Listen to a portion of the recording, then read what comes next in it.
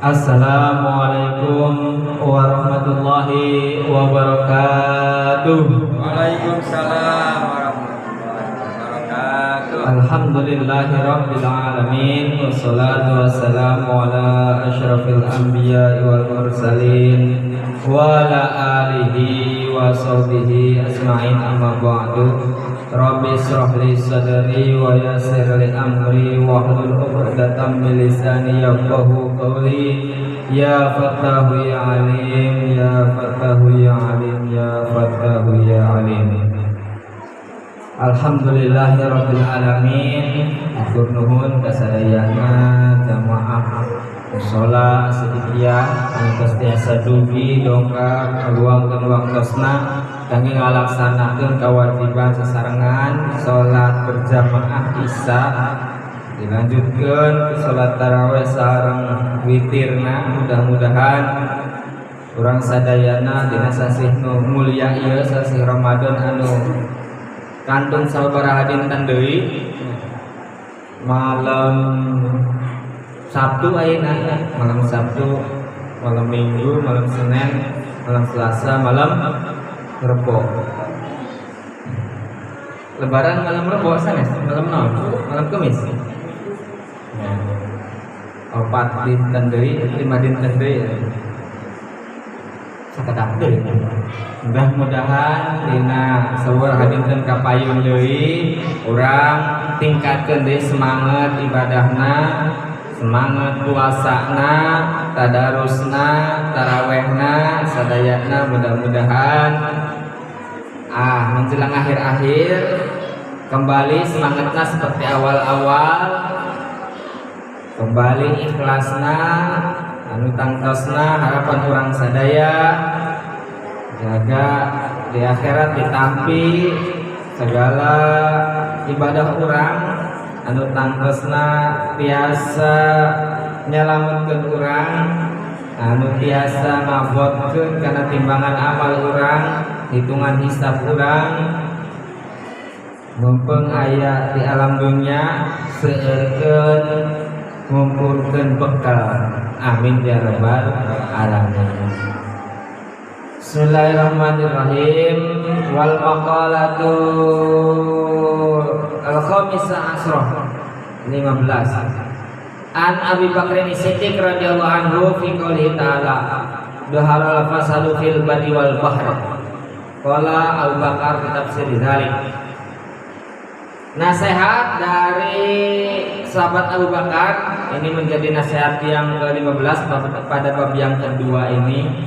Sahabat Abu Bakar As-Siddiq pernah memberikan nasihat menjelaskan tentang ayat Al-Quran. Ada firman Allah seperti ini di dalam Al-Quran, dhaharal fasadu fil bari wal bahr, kerusakan yang ada di langit dan ada yang ada di fil bari wal bahr, yang ada di darat dan ada di laut.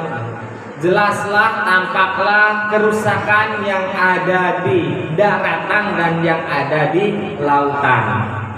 Dhaharal fasadu fil bari wal bahr.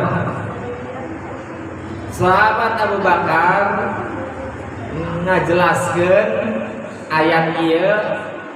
Kumaha keterangan sahabat Abu Bakar tina ayat ieu? Saur Abu Bakar ayat ieu ngajelaskeun tentang qala Abu Bakar fi tafsir dzalik, al barru huwa al-lisanu wal bahr huwa al-qalbu. Anu dimaksud dina ayat, jelaslah kerusakan yang ada di darat dan yang ada di laut. Yang dimaksud dengan darat, al-bir itu adalah lisan, dan al-bahr itu adalah hati. Saur Abu Bakar, jelaslah bahwa semua yang menyebabkan kerusakan itu ada di laut dan ada di darat. Yang di darat ini bersumber dari lisan, atau darat itu tafsiran Abu Bakar adalah lisan, penyebab kerusakan yang bisa menyebabkan kerusakan yang luar biasa. Yang pertama adalah lisan, ucapan, perkataan. Kemudian wal bahr, dan kerusakan yang ada di laut. Yang dimaksud di laut di situ menurut Abu Bakar adalah hati. Karena lautan itu luas, maka hati pun luas. Karena lautan itu dalam, maka hati pun sangat dalam. Maka tidak ada yang tahu seberapa benar, seberapa jujur hati seseorang. Seperti halnya lautan, tidak ada yang tahu seberapa persis dalamnya lautan dan seberapa persis luasnya lautan. Seperti itulah keadaan hati manusia. Maka ketika yang dikatakan bahwa ada dua kerusakan di alam dunia ini, yang pertama adalah karena adanya lisan, yang kedua kerusakan yang disebabkan oleh hati. Lisan, ucapan, perkataan, meureun ceuk urang nama heureuy, meureun ceuk urang nama biasa, tapi saur anu ngadangukeun, anu mirengkeun, batur meureun anu heuker, boga masalah anu heuker, gaduh, kepusing, gaduh, galau, nyarios urang biasa teh nyelekit kana hatena. Urang nyarios heureuy teh bisa jadi ceuk batur mah menghina, ceuk batur mah mengejek, padahal urang teu aya niat sakedik-kedik acan. Matakna masalah ucapan ieu bisa merusak dan bisa menyelamatkan. Lamun saur hadis anu sanesna selamatul insan fi hifdzil lisan. Bisa orang itu selamat tapi dengan cara harus menjaga lisannya. Lamun lisannya teu dijaga ya bakal banyak salahnya, banyak bicaranya, banyak salahnya. Itu lisan. Anu kedua adalah hati. Hati ini bisa menentukan ida fasadat kulhu wa ida bagus hasan kulhu. Ketika hatinya itu jelek, maka jelek seluruh anggota badan yang lainnya, termasuk sikapnya, ucapannya, tingkah lakunya, maka jelek. Kalau hatinya jelek, kalau hatinya bagus, maka semua anggota badan termasuk ucapan, perkataan, tingkah laku, perbuatan juga ikut bagus. Makanya hati ini menentukan tingkah laku seseorang. Wah, pantu apal, kajen, meureun, penampilanna seperti orang preman misalnya.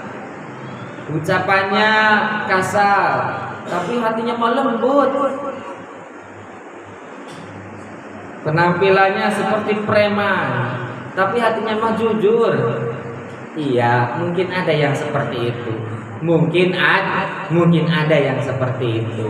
Tetapi yang lebih baik lagi ya al-dhahir tadullu alal batin. Kalau batin kita bagus, tampakan bagus pula penampilan kita. Kalau ingin dinilai bagus, ya yang terlihat pun harus bagus. Cai dina jero teko, lamun kaluarna susu berarti di jerona susu. Lamun di jerona susu kaluarna kopi, ya aneh pan, aneh. Aneh pasti. Anu di jero hatena bagus tapi penampilan anu di luar katingali ku baturna goreng pan aneh. Aneh. Cenah hatena alus, jujur, hatena lembut, hatena naon tara sok pamer, tidak sombong, tapi penampilan luarnya, ucapannya yang terlihat oleh orang, yang terdengar oleh orang kok tidak seperti itu ya. Nah, kan aneh. Kan aneh. Makanya orang itu banyak menilai ya dari penampilannya, karena seperti itu yang terlihat, ya itu yang dinilai. Matakna lamun hayang ternilai bagus ya penampilan, ucapan, tingkah laku kita pun harus bagus, dengan harapan semoga itu bisa menjadikan hati kita ikut bagus, hati kita ikut bagus. Nah, karena ya macam-macamnya ulama.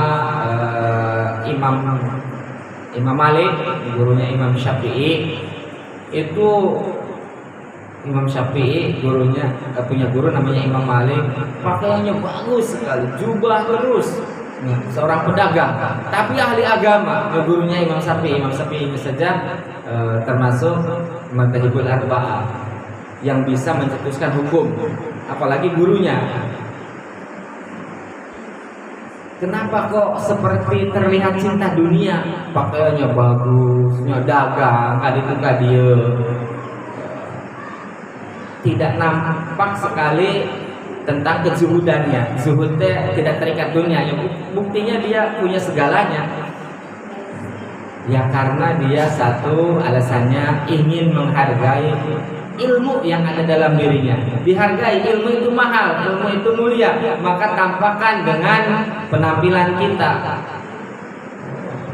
Kalau ada orang yang punya ilmu tinggi, kemudian penampilannya pun bagus, ya karena dia menghargai dirinya, karena dalam dirinya terdapat ilmu. Sama orang yang hafal Quran.